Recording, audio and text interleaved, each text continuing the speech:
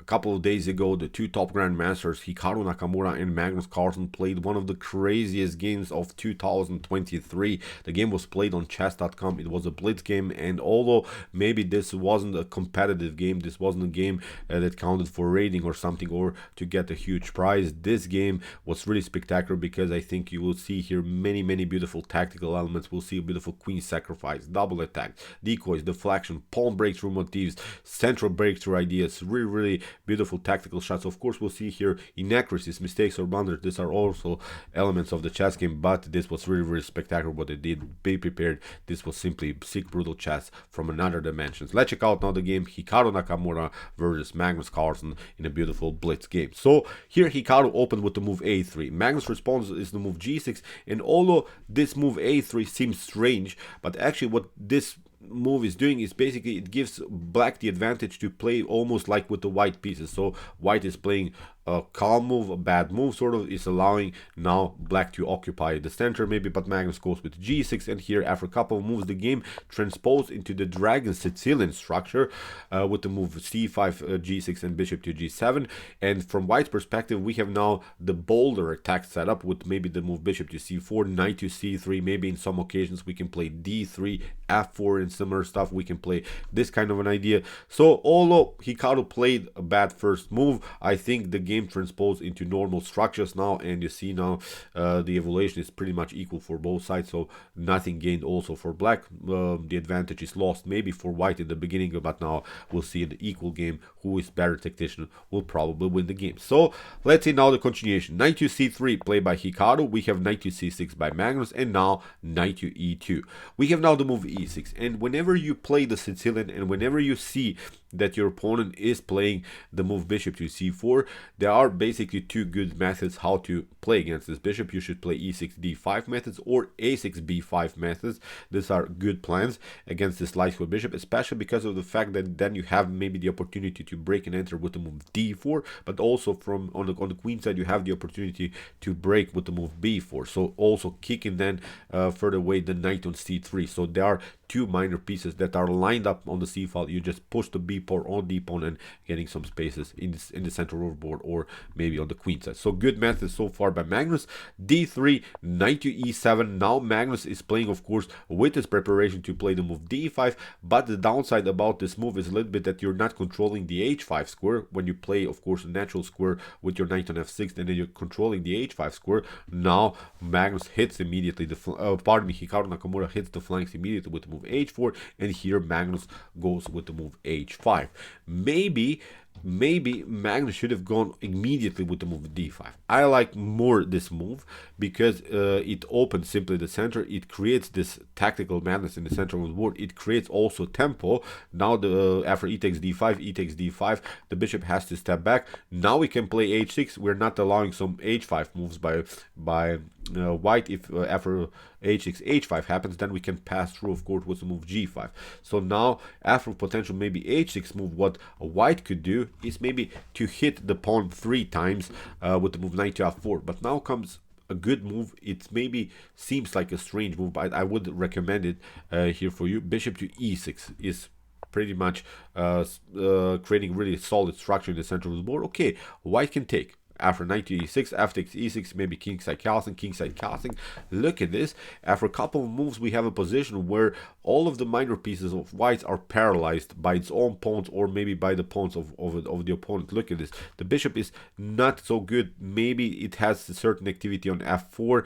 The bishop is blocked out. This light square bishop is blocked out by its pawn structure. The knight is also blocked out. It doesn't have good activities. In the next couple of moves, black will play knight to f5, maybe king to h7, getting out of the range of the light square bishop. Will play maybe eventually e5, d4, e4, and similar stuff. So these 3 mobile pawns in the center, I think, will cause many positional and tactical problems in white's position. So that's why after move h4, maybe it was the time to go with the move d5, but Magnus creates a blocking system here with the move h5. It's not allowing here Hikaru to push further the move h5. So now Hikaru is saying, you had your chance with the d5 move. Now I will not allow you to play d5, at least not in such a sharp tactical way. You have to prepare in a different way now this move d5. So as I said, that's why I think it was maybe Magnus' chance to break and enter immediately. So after move bishop to g5, you see Magnus has now to play the move d6 in order to prepare this move, because d5 is of course not working because of the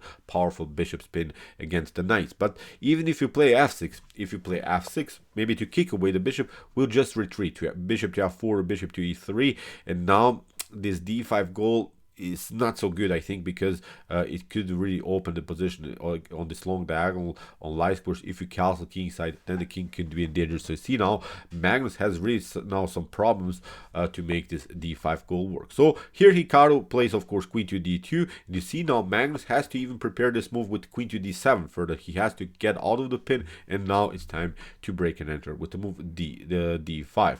Here Hikaru plays bishop to a2. He's saying at least you not get a tempo against my bishop. Magnus goes now with the move b6, because if you play now d5 again, then it's a different story. You see now d5 is not working anymore. You had really one chance, now you missed it. Now after e takes d5, look at this. After e takes d5, kingside castling, maybe kingside castling, now knight to f4. You see, you cannot protect anymore the pawn with the with the move queen to e6. Previously, we could have played bishop to e6 and create really solid structure. Now queen to e6, of course, is not a possibility. The problem is now you have to advance the pawn in order to get out of this mess. But now after knight to e4, I'm not seeing good ways how to defend anymore this weak f6, where the knight will jump there. You have to probably even give up your bishop for the knight. Then if you get, of course, many dark square problems in front of the king. You cannot play f6 because you'll open the long diagonal by the light square bishop. So now it's really bad game here for black. Here white should be much better. So as I said, even after move bishop to a2, you see d5 is still not working. As I said, you had your chance. Now Magnus realizes, of course, the threat, plays now the move b6. We have now here queenside castling by Hikaru, bishop to b7 by Magnus, and now king to b1, keeping the position calm, getting the king into security, because in some occasions when the king is on c1 and maybe you move the bishop somewhere, I'm not saying that of course Hikaru would do that, but if the bishop moves somewhere, then you have always this kind of a threat. Bishop to h6, and maybe the queen and the king are lined up on the same diagonal. So this is always a tactical threat. So that's why with the move king to b1, here Hikaru gets out of the potential tactical mess on dark square. So here in continuation, queenside castling, now we have queen to f4, and this is now one of the critical moments of the game. It's a brilliant move. This is a really Hikaru style. This is really brilliant tactics that he has prepared here. This shows how he calculates this this position in a great way. After queen to f4, here we have to say it. White should be slightly better, especially because of the fact that black never played the move d5, never opened the center. Now after move queen to f4, notice now that the pawn on f7 is weak. You cannot of course protect it with rook to f8. Then I think you get this one, bishop to f6, and after something like bishop to f6, queen to f6, we have paralyzed here really the position. Even if you try now d5, I think with d4 we could open the center further, and if something gets cleared on the d file, then the queen could be endangered. The knight is connected to the rook, so there are no tactical threats that you could lose. Maybe the battle on the d file by maybe queen takes d1 followed with rook to d1. You have a great protection of the d1 square, so you can open out the center with the move d4, and I think black will face again many tactical problems. So especially in blitz, I think this is of course much better for white. So after move queen to f4, we see rook to f8 is maybe not the best of methods. Here, Magnus Carlsen tried a wild idea. He plays now the move f6, and that shows how really Hikaru is a great tactician in chess. After move f6, which seems that it's trapping the bishop, because if you pick up the pawn on f6, then rook to f8 is going to happen, and your bishop gets pinned, and you probably lose the piece. Bishop to h6 is of course not working because there is twice protection of the square. So now Hikaru plays bishop to f6 anyway, but this was part of his beautiful calculations, because after rook to f8 here, Hikaru decides to sacrifice the queen. He picks up the bishop now on g7 after rook to f4, knight to f4, and look at this. Okay, when we count material, Hikaru got one pawn. he got one rook and one minor piece for the queen. When it comes to material, it's worth 9 points. Of course, also the queen is worth 9 points. So when it comes to material, it is equal, but here white should be much better, because especially of the structural weaknesses that we provoked here. The pawn on e6 is weak, the pawn on g6 is weak. We have several dark square problems also in black's camp. Look at this, all of the squares g5, f6, e5 are covered by the dark square bishop. You cannot even move the king. I think in some occasions you could get endangered by the dark square activity. And notice also one spectacular thing here, that actually white has every pawn on the board. White still has 8 pawns on the board. Really wild stuff. So you see, I think this was a brilliant tactical shot here by Hikaru Nakamura. Here he showed really his great attacking skills. So in the continuation, d5 now by Magnus. Finally d5, but it's simply too slow. It's almost like once your girl invited you to a date and you decided to go with your boys watching a football game. Now you see, you had your chance with the girl. Now d5 is not working. Now she doesn't want you anymore. d5 is okay, it is playable, but now you see here after bishop to f6, the knight on e7 is pinned, and now the g6 pawn is weak. Here Hikaru, Magnus tried rook to f8 after bishop to g5. Here Hikaru keeps everything glued together, everything is compact, and after move knight to d4 that Magnus Carlsen played, now a beautiful calm move which creates of course a solid structure in the center of the board. And from this point on, I think here white should be really much better. So in the continuation, b5 here, Magnus is trying at least b4, hitting the knight on c3 somehow, maybe create some open files on the b file, on the a file, maybe include the queen into the game, maybe even to play some maneuvers, rook to king to b8, king to a8, maybe rook to b8, getting the rook on the b file somehow. But it seems slow. It is an attacking motif, it is an attacking idea, but here Hikaru uses his chances immediately. Bishop to e7, queen to e7, and now knight to g6. So you see, okay, Magnus has maybe some threats here, but from this point on, I think the game should be over. Knight to f8, queen to f8, and now rook to e1. Again, a calm move here by Hikaru Nakamura. So here in the continuation, we have now queen to g8, trying to hit the pawn on g2, and maybe also the pawn on c2. But here Hikaru ignores the threat, plays now the beautiful move e takes d5. For instance, if Magnus would have played here the move b4 after a takes b4 and c takes b4, here is a beautiful move that I think simplifies the game for white. Knight to e2, that's also the power of this move. Rook to e1, it forces basically a trade of knights, and I think the only piece that could be dangerous in this position by black is the knight. So that's why with knight to e2 we get rid of it, we go into a favorable endgame with 2 rooks against the queen, and of course with much more pawns on the board. So knight to e2 would be a good defensive motif. So that's why queen to g8 here by Magnus. He's trying to keep the knight somehow on the board, he's trying to provoke some ideas here on c2, but Hikaru ignores the threat. Really beautiful stuff.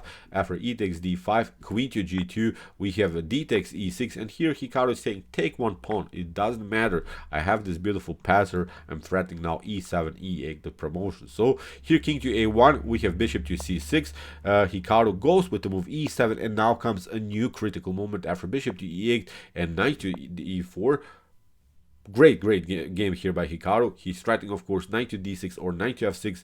Now comes the of course a defensive idea here by Magnus. He's trying queen to h2, at least he's protecting his d6 square. But now comes a strange choice here by Hikaru Nakamura. Till this particular moment he played a perfect game, okay, except maybe the first move a3, but every other move I think was brilliant by Hikaru Nakamura. And now he plays maybe his worst mistake in the game. He plays now the move rook to h1. He's hitting the queen, but actually why don't you play just knight to f6? I'm not seeing good ways how black should counterplay this idea. Maybe you can try, I don't know, b4, but now we just pick up the piece. You can maybe try, okay, b3, but now we just create a check and we promote. So it was simply game over. So, but he played rook to h1, allowed here Magnus Carlsen to get the queen on e5, where it's controlling the d6 square, but also the f6 square. Very important squares for the knight to get into the game and threaten the bishop on e8. So it was just one bad move, and the game almost turned over. Okay, we have to say it, still white is here much better, but I think it would be much more easier if he would have played this normal idea knight to f6. Now after move queen to e5, Hikaru goes rook to c1. He's hitting now the pawn on c5. Here we have c4 by Magnus Carlsen. You see now beautiful defensive idea here by Magnus, because after d takes c4, he's passing through with the move b4. He sacrificed 2 pawns, but at least he kept the pieces of white's locked. The rook is locked on c1, the bishop on a2 is locked at least for a while by this annoying pawn on c4. So basically you're annoyed by your own piece, by your own pawn. The pawn is standing in the way. Here after move b4, okay, you lost the pawn, but finally Magnus grabs now this pawn on e7, which was the most important strategic element in white's position to promote the queen on e8. Now it's a different story,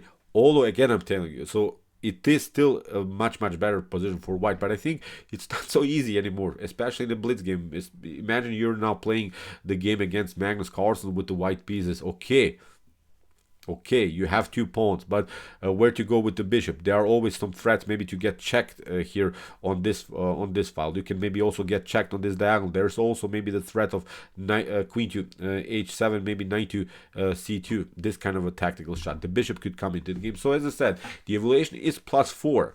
But play this game. Let's see how you're going to win this game. So as I said, really wild stuff how Magnus defended the position, how he grabbed this pawn on e7. So in the continuation, now c5 by Hikaru, bishop to a4, and now rook to g1. Here Hikaru is trying somehow to get the rook into the game, especially because of the fact that also the g8 is covered also by the bishop on a2. So here the continuation, we have now knight to c2, king to b1, we have now knight to b4. Look at this. Slowly but surely Magnus is grabbing all of the pawns. Really wild stuff what is going on in the position. Knight to d6 by Hikaru. Okay, beautiful check. King to d7, and now comes another strange idea by Hikaru. Here he let the position really he really flipped the board here. He played rook to c4, and this was again a new mistake in the game. Rook to c4 is unnecessary because what you have to play here is actually bishop to c4. Getting the bishop into the game maybe force even the trades of bishops. If the king gets somehow out of the attack, then you have even this one. It's of course hard to see. Rook to g8, look at this. Rook to c8 can be an opportunity. Rook to a8, maybe attacking this pawn, because if you play bishop to c6, then the rook is getting here immediately on c8. If you play of course bishop to d7, controlling further c8, then you get this one, rook to a8, hitting the pawn. So again, a much better position here for white. But Hikaru played rook to c4, and this allows now here the queen to come into the game with the tempo. So he disconnected his rooks. Now he lost the tempo in the continuation. Okay, here Hikaru Nakamura played the move c6, but now after bishop to c6 we have rook to d1, kicking away, attacking, creating chances now on d file. The king has to step back, but now a beautiful choice here by Magnus Carlsen. He played now queen to e2, although maybe queen to f3 you can play immediately, threatening some ideas of knight. If the knight moves somewhere, of course the rook is hanging. But now Magnus plays queen to e2, and again a new strange idea by Hikaru Nakamura, rook to c1. Although he could have played here bishop to b3, keeping his rooks glued together here. This was the only chance for Hikaru, but now after rook to c1, actually Magnus is now taking again over in the game, because here Magnus played a beautiful knight to d3. He's threatening the rook. He's also threatening checkmate on b2. So that's why Hikaru has to play now knight to c4. But now after king to c7 and rook to d2 by Hikaru, we have queen to c6, and from this point on the game is equal. So the engine gives here equal chances for both sides. Really brutal game. After queen to f3, we have rook to d1 by Hikaru. Of course, a good idea. He's attacking the knight on d3 twice, but now bishop to e4 by Magnus, a beautiful choice again, because now he's threatening again against the king on b1.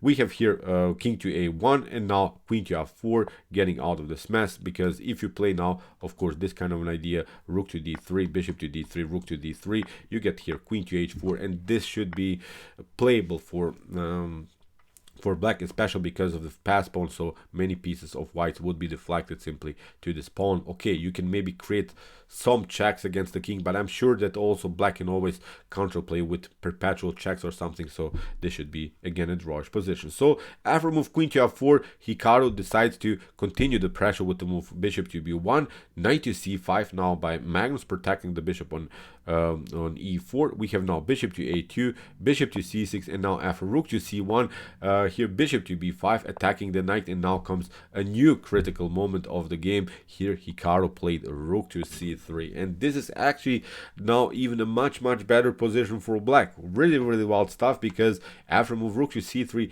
what the winning move is actually knight to e4. Knight to e4 is winning the game immediately, because there are no good discoveries. Really strange tactic. If you move the knight somewhere, okay, you get one check, but black is simply will simply get out of the attack maybe somewhere, and then both of your rooks are hanging. You cannot even create some checks on the 7th rank because the bishop is controlling here the square. So really strange idea. Knight to e4 would have been Magnus Carlsen's winning move out of this brutal game. He could have even won the game, but actually before this move, Magnus Carlsen's time ran out and Magnus lost the game. Really wild stuff. So that's also part of blitz.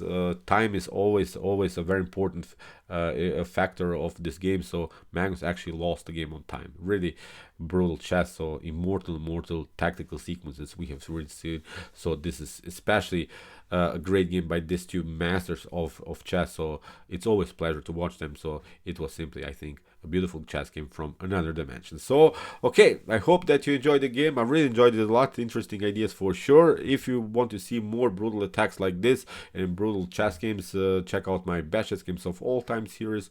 Here's also the link where we have covered many beautiful games from the past. And if you like this content, don't forget to subscribe to my channel.